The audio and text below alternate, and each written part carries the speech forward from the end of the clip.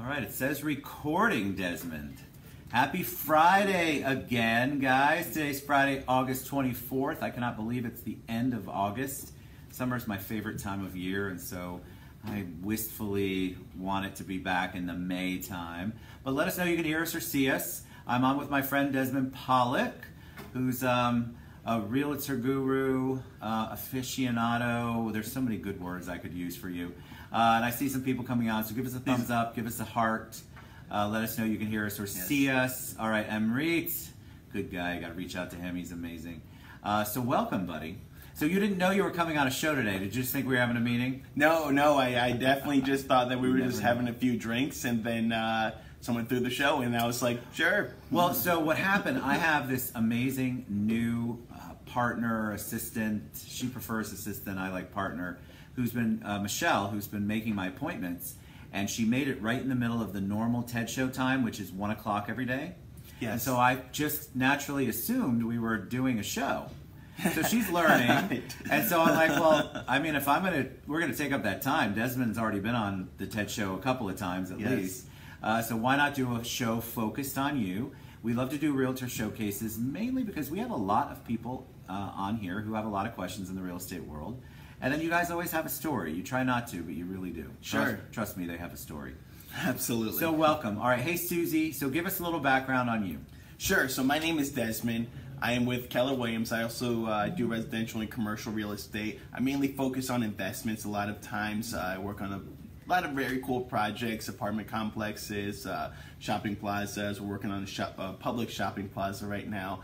And my whole entire deal has been investments and kind of following that path. So that's what kind of led me to who I am to today. Well, yeah, but how'd you start? So give them some background. So we had Dan on earlier, and he tried to skip from I was born, and now I'm with ERA. So give us a little background in between. I think what's great for people to know is your why. So how did you get to the real estate world? You obviously weren't born a realtor. So your family background, maybe give us an idea of how you got to where you're at now. Sure. So I'm originally from New York, though I lived in New York for a hot minute. I've been in Florida for most of my life. Originally over on the other side. I actually moved over to here, to the Orlando area, to go to a school, music school around here.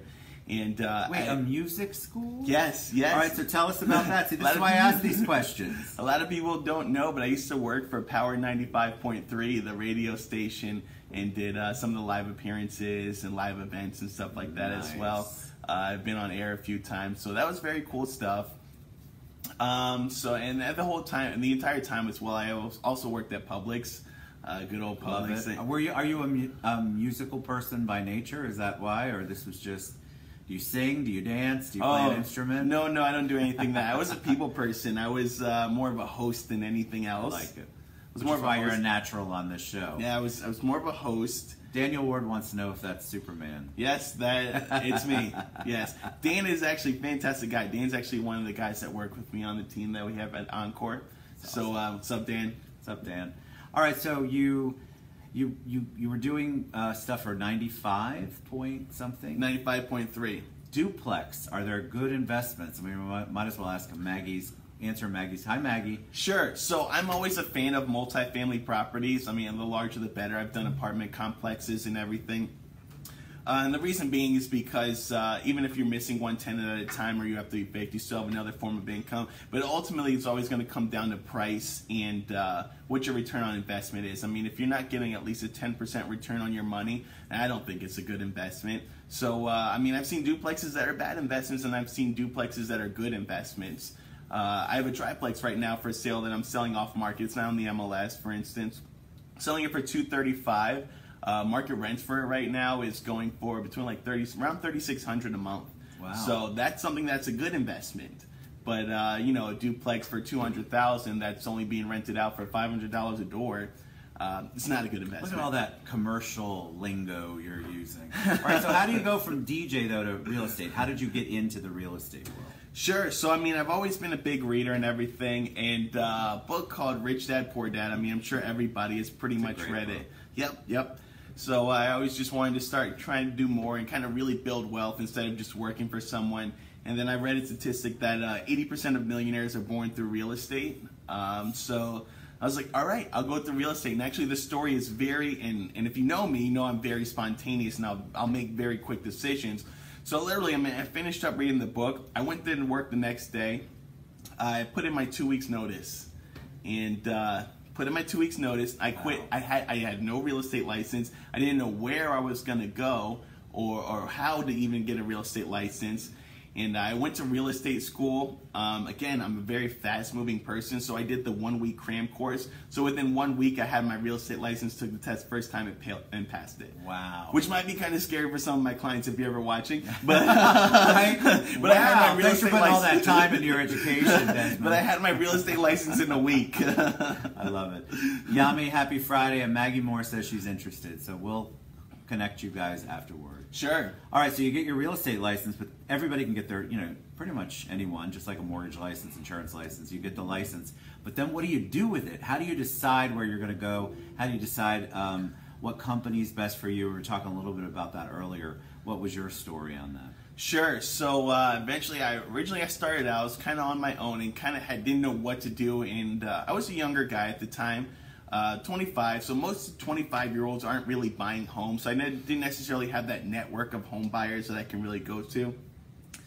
So I became known for just cold calling, and I would cold call people for hours a day, and I'm talking I would cold call 500, 600, 700 people a day. Isn't that exhausting? Exhausting. Okay, Very good. exhausting. All right, so I like people to put it out there because people are like, I have no idea how he does that. It doesn't mean it's easy just because he did it. It just means he did it. It's very exhausting, and it was a stepping ladder. So step one, and then just kind of going out there, and then I joined on with Debbie Irons. Now Debbie's watching. By Debbie, we love Debbie Irons. We love Debbie Irons. And then me and Debbie kind of had a team going on, and we were fortunate enough. We did really well. And then this past year, we kind of parted ways, and I am now on my own, more so focused on investments and commercial real estate. And that's the only reason why we really split. I mean, I love Debbie to death, but we were just going in two separate paths. So well, you had to do what your specialty is, or what's in your heart, your passion. Absolutely. So it's a little bit different. Absolutely. It's a little bit different. Absolutely. I mean, Debbie's a great mentor and a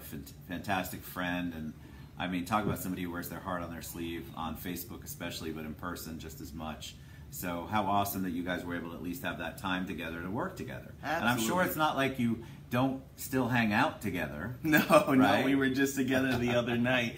But yeah, Debbie, and I mean, kudos to Debbie, because a really good sign of a good leader. Sure, we were pumped, we were rocking, we were doing great. I mean, we sold 70, 78 units between the two of us. Wow. So we were rocking it, and I was just comfortable on the team. And I mean, as Debbie found out I was comfortable on the team, and she found out what I really wanted to do, and kind of like how they kick you out the nest. You're out of the nest. Debbie did that to me pretty much, and Good. just kind of kicked me out. It was like, listen, this isn't what you want, so go do your thing, go chase what your dreams are. And on very short notice, I was.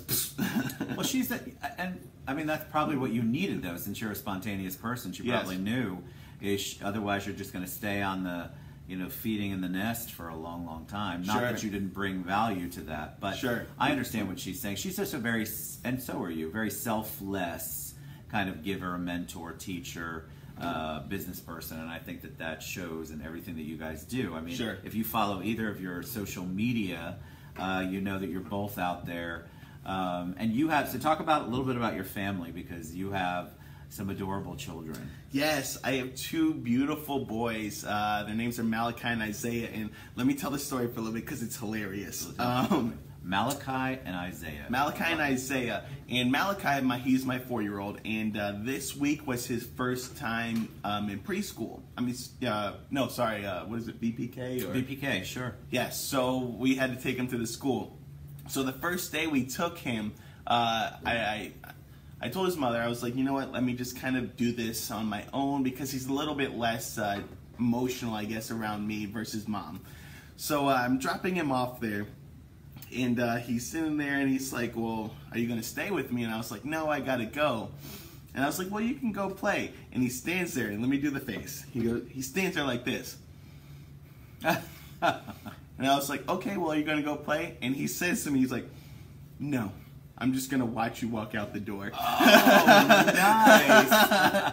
nice. Way to play it. He played it good. Way to play it. So he's like, no, I'm just going to watch you walk away.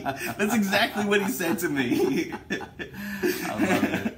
So did you have a good first day? That's very scary when you leave your child for the first time. Correct. Very scary. Very scary. What does help, though, is his mother is actually a teacher, like 2 hallways down at the same school. That's nice. So it helps out. I mean, of course, he doesn't know where she is, but I know that she's there on the premises. And, of course, he's standing there. So I walk away. He's still standing there. I wait like 10 seconds outside the door. I peep back in the window. He went over there and played. He did fine. Right. His second day, his mother dropped him off. And did he have a meltdown? He had a complete meltdown. She was telling me that he was trying to run out of the classroom at least 3 or 4 times. He tried to run out of the classroom, and it was just you didn't want to be there, Dad. Yeah. So I you know, with dads, you know, we're tough. So he's, you know, I got this. I mean, he almost let out a little tear because he started sticking out his little lip, but we made it happen. I love it. Pavlik, David Pavlik, 2 awesome dudes. Love you. We love What's you, up, Pavlik. David? It's good to hear from you, man. Very good to hear from you. All right, so tell us about the real estate world, because you operate, it's all right, you operate in a little bit of a different area or spectrum, right? Because you have off-market. Maybe you can explain to them what that means. You're obviously in commercial, which is multifamily. But still, the market itself has changed a lot, even in the last 6 months, I feel like. What do you see are some of the challenges and maybe some of the niches or things that people are missing out on? Sure. So I feel like there is, I mean, I tell people all the time, and a lot of the people that work with me because of this reason. There's an entire, and I call it the black market of real estate, because there's an entire MLS black market of real estate that moves between like wholesalers, off-market stuff, and everything, in a completely like separate network outside of just the MLS. I mean, the average agent, they'll go, and when an investor comes and sits down with them, they'll just go start pulling stuff off the MLS. Right. Versus me, I mean, there's an entire network of these other properties that are moving on and off all the time. But I mean, before we even know, like saying, I mentioned the triplex earlier, that will never hit the MLS. And that's something that's a piece of real estate that I'm flipping. I won't tell you how much I'm making on it until it's done. But I flip the real estate. I basically contract it with the owner, and I will sell it to the investor network still at a great deal, and I'm going to make what's the profit in between. And how do you find those properties? I mean, I have lots of questions. How do you find, because when people say I've got an off-market property, most of the time I think that's such a snooty thing to say. I mean, really? Are you bragging because you have the in on something? But that's actually a real market. That's actually a very real. Like, so talk to them a little bit about what that is and how do you access those? Is it just because you've been doing it for a long time and you've got the database that feeds them to you? And then explain to them what off-market really means. It's basically not on the MLS, right? Sure, not on the MLS. It's not even publicly advertised anywhere. So first off, I mean, it's a bunch of the investor networks. I'm just really in with a bunch of the investor networks and people that are, you know, moving properties between one another. Another thing is the auctions, the foreclosure auctions and the courthouse steps. Does that still happen? Yes, that really does still happen. Isn't there like a list? I thought you could do it all online now. It depends on the county. So some counties are online, some counties are in person. Like, for instance, I was in Lake County on Wednesday this week, 2 days ago, bidding, and it just happens as you would picture it. We're all sitting there, and you know it's 5,000, 10,000, 15,000, and then you're just raising your hand and bidding on these properties. Frazier. Frazier's giving you a hard time. We love you too, Frazier. Desmond owns a collared shirt. We love Frazier. Ted told me make sure I wear my collared shirt today. No, you never know what people are going to wear. I knew you had been here before. Yeah. I actually had to explain that to somebody the other day, and they're like, I can't wear shorts. No. I had somebody show up in shorts last week. We had to escort them to another room. But how do you find them? So people would, I mean, and what's the advantage to working with somebody like you who deals with the off-market properties? Sure. Well, first off, I mean, anybody can reach out to me and I can kind of point you in the right direction. But a lot of networking groups like the CFRI, which stands for Central Florida Realty Investors, there's a whole entire network of properties that they move in their own system that nobody really knows about. Of course, the courthouse auctions, those are readily available in the courthouse. You can just go and pull the actual Well, unfortunately, they only give you the case. Of course, I mean, it wouldn't be the county if they made it easy. Just gave you an address. They're not going to make it easy. They for give you a case anybody. number, and if you can research the case number, you can find out what the actual property is. Right. There's things like tax auctions as well. Where we're finding a lot of properties as well, though, is, I mean, we do very targeted marketing, very unlike maybe the average realtor. So we target things like maybe a seller who's been through an eviction case, they're just coming out of an eviction case, or tax liens, pre-foreclosure properties. Do you have to do a lot of... What I want people to understand is this isn't just something that all of a sudden you've got this magical wand and you know every off-market property. You're actually, you are marketing, and you're target marketing, and you're having to do the research, either work with the list or work with the database, the demographic you're looking for. Yep. And that's what you have to do in order to get to the place where you have that off-market triplex like you have. Sure. So I mean, I'm sure, as most everybody here knows, everything's public knowledge. I mean, the government probably knows what color shirt I'm wearing today. So, and then it's a collared shirt, right, David? And then it's a collared shirt. So, I mean, really, you can just search for anything you want with the public record. So I can find all the owners in Orange County who have 50% equity in their house, maybe with a tax lien violation, code violation, anything like that. It's all public knowledge. You just got to know the source to find it.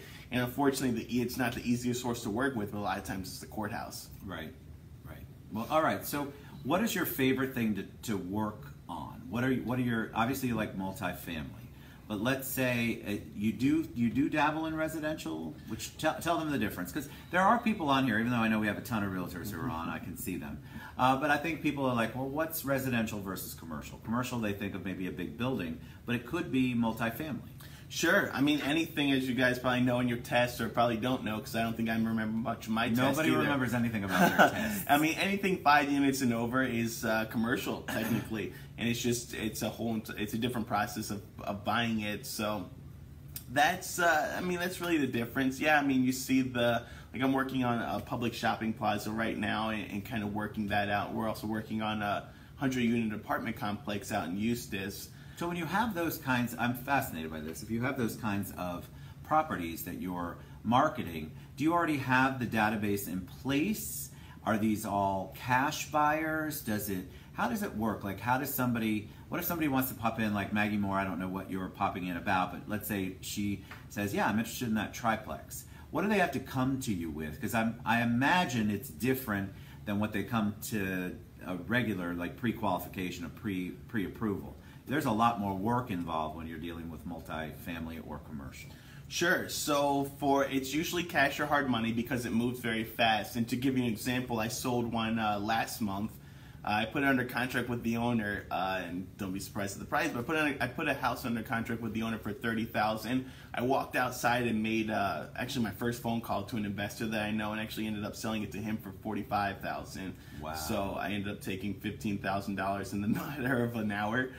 He paid me for it. Why isn't Desmond buying today? What's happening? He's making like 10 times the amount of money I'm making. No, that's good though, but it's still work. It's not like you were just born with it. Somebody handed you a list and say, hey, Desmond, this is who you need to call. Like, it's a secret list. You've developed the relationships. Correct. And you have to dig down to really find the information that most other people won't, especially when it comes to the courthouse auctions and buying direct from the courthouse, because again, they don't make it easy. They give you a case file, and that is it. They're never going to make it easy. They give you a case file, and that's it. And you got to find the property, what's wrong with title, anything that could be going on with the property. I mean, I'll tell people straight up, right up front, I mean, buying properties direct from the courthouse is the absolute riskiest way you can buy properties. In case you don't know how it works, you hand them the money for the property, they hand you back over a deed, and they're like, good luck. Right? There is, I mean, people don't believe that actually happens, but that's exactly what happens. No. And you have to have your ducks in a row, because if you bid 20, 30, 40,000, what's up, Steve Barger? You bid all that, you better have the cash. Like, you better have the money. They don't play around, right? No, they don't. And because you'll get blacklisted. You can't mess around with that. And then, so what do you tell a realtor, for example, or an investor that says, you know what, I'm interested in what you're doing, Desmond. What's the first step I should take to kind of dabble in it or dip my toe in it? Because you definitely want, I mean, in my opinion, I think you have to find a professional. you definitely want to work with somebody, but you do a lot of education too. You teach people. Sure. I teach a class in a couple of different market centers and around town about flipping money with flipping real estate with no money down. Okay, I've heard that 1,000 times. Is that real? It is real. I mean, how is that real? The average fee that I make on a property is anywhere from $10,000 to $40,000 a pop. I mean, I don't think I've ever taken below 10. So, but how do you? All right, so I'm going to ask because I never get to ask this question. Sure. How do you really do that with no money? Do you have to have like a 900 credit score? No. Do you have to have how? Are you allowed? Or you just want to drive people to your class? Look, I'm fine with that. It's fine. No, but I'll I've read this. You know, they used to have all those shows on TV late night. You could buy the XYZ thing. He's in jail now, but you know the ones I'm talking about where you no money down, and then people. It always seemed like that was BS, but you really do teach that to your people. No, absolutely, and I'll give you a prime example of a house. It's actually on Oakmont. I'll even give you the address because you can pull the tax records and see what I bought it for and see what I sold it for the same day.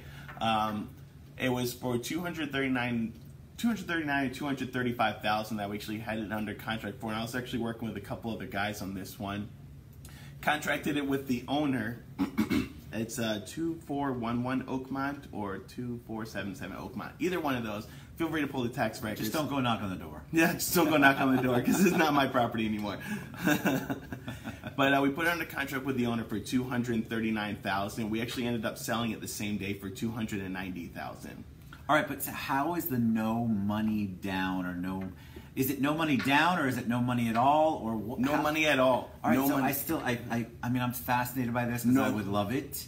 I've never done it, but I have a lot of people that go, you have all these cool people on that talk about no money down, but Desmond's actually does it and teaches it. Yes. So what's the key there? Like if I don't have, let's say, I really have no money down, I can actually get a property and make profit. Sure, yes. So basically amazing. I mean, to make the whole process, to simplify the whole process, what's happening is I'm contracting with the owner, I'm selling it to the buyer for more, and I'm using the buyer's money to fund the entire transaction. I love that. So, all right, we're going to do some business, Desmond, because I certainly have no money down unless you unless you take booze as a currency. It's not going to happen. I mean, booze can get you a long way. You know what? It gets you a lot further than people give it credit for. It certainly got me this far. Look, I have a show and I have a cool little red jacket. All right, so we're going to share. It goes fast, right? We're going to share all of Desmond's contact information, how you can reach him when he shares the show, and then I'll share what he shared. Because I think it's important that people be able to reach out to you on whatever level that they need you for. But I think you've given them some great information. You've certainly made me think, which is really a hard thing to do on a Friday afternoon, or pretty much any day. After a few drinks. Yeah, allegedly a few drinks or more. All right, any parting words of wisdom? Anything you want to leave them with? Lessons? Something you have coming up, or all of the above? Sure. So a couple things. I mean, first thing is never give up. I mean, and I know that was the title of the show because I've been at, and just to share you a little bit of story, and I don't think very many people know this. I mean, when I first started in real estate, it didn't work out as planned. I mean, I was actually working an overnight job during the time, throwing boxes at FedEx, and nice. Sleeping for a few hours and waking up and working real estate. Actually had a car repossessed as well. As many times as I've been trying to keep on staying into it, and I never gave up. And I mean, fortunately enough, it brought me to where I am today. So that's just the thing. And I mean, I always think about what's the worst that can happen in a situation. Sure, I mean, I part ways with Debbie, and I kind of try to do my own thing. What's the worst thing that could happen? I could fail, and I just have to restart someplace else. I'm not going to die. My kids aren't going to die. Correct. I think what happens is we assign this value to failure. And yes. So if you assign a value to failure, like if I fail, I'm going to have no friends, no family, no money, no chance of any life, and it's all over. And what I would I think what he's saying, and I agree, I would encourage you to go, all right, so what is the worst case scenario? Not in your mind when you're going crazy and we're all looking up WebMD and we all have cancer of being an idiot. You know what I'm talking about? You want to make sure that you know what really could happen. Could you lose your house? All right, so let's say you could lose your house. What happens after that? Are you dying? Can you find another place to live? Yes. Are you in your car? I get it. There are people that would say, yes, I'd be in my car. Lawrence, hey, what's Lawrence. up, brother? But you really have to go through that and go through it seriously. We go together like coffee and sugar. That's Glorimar Perez. I don't know if that's to you or me. That's but probably me. I don't know. Oh. From Lake Nona. We love you. I was like Glorimar. I mean, She's awesome. No, she pops on the show all the time. She's a great supporter of the show. Awesome. But I think that people really do need to go, don't be so fatalistic about it. Correct. When it happens, know that this is the worst case, and then you can come out of it. You really, really can come out of it. And I think that's what he's saying, the never give up. Because guess what? If, let's say, you lose that house. He had a car repossessed. I didn't have a car. I was working in real estate without a car. I was borrowing cars from day to day from either my mom, sister, or somebody else just to get me to appointments when I first started. But do you think, isn't it scary to hear the words, my car's being repossessed? Of course it is, because it's got a horrible stigma to it. Well, here's the deal.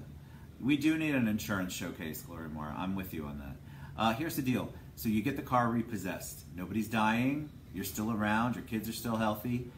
Your relationship's still healthy. You may need to deal with transportation, but in this day and age where there's Lyft and Uber, you're golden. Trust me, it's not the end of the world. And I think that's what Desmond's trying to say, never give up, because there are opportunities to come out of it. Absolutely. Go for it. Just shoot. Just jump. Don't miss your opportunity. I mean, again, even when I was leaving the team, I had sat down with the team leader there, and he was like, what is the worst case scenario that happens? You absolutely fail, you go broke, and Debbie would absolutely take you back. In a heartbeat, right? But it's that stigma of I'm going out on my own, and then what are people going to think? I get that a lot. When I coach people, what are they going to think if I fail? What if I give up my job? All right. So tell me what you're doing when you're giving up your job. What are the ramifications of that? You're losing health insurance. You need to take everything into consideration, but you still need to make the decision where you're at and what's going to happen. So just, never give up. I love that. You're a joy, man. You're a joy to have on always. I love it when you're on. I love it that you have a cocktail or 10 with me, allegedly, on a Friday afternoon. Allegedly. I have a listing appointment after this. Oh, God. See, your listing appointment is going to be fantastic. So, again, we're going to share all of Desmond's contact information when we share the show. But thanks for being on, buddy. Absolutely. And if I can ever help any other agents or anything out there, if you're ever looking for a different type of inventory, maybe you have somebody struggling to find something for, reach out to me. I have my hands in a bunch of different networks of people who kind of moves in real estate in all different places. So if I can help you out ever, please reach out. He means that. I'm telling you, it means it. So if you don't get his information when he shares it, you can always go to thetedshow.com. And we'll have Desmond's contact information. Absolutely. All right, we love you guys. We'll see you back here a little later on, a couple hours. Mwah, happy Friday.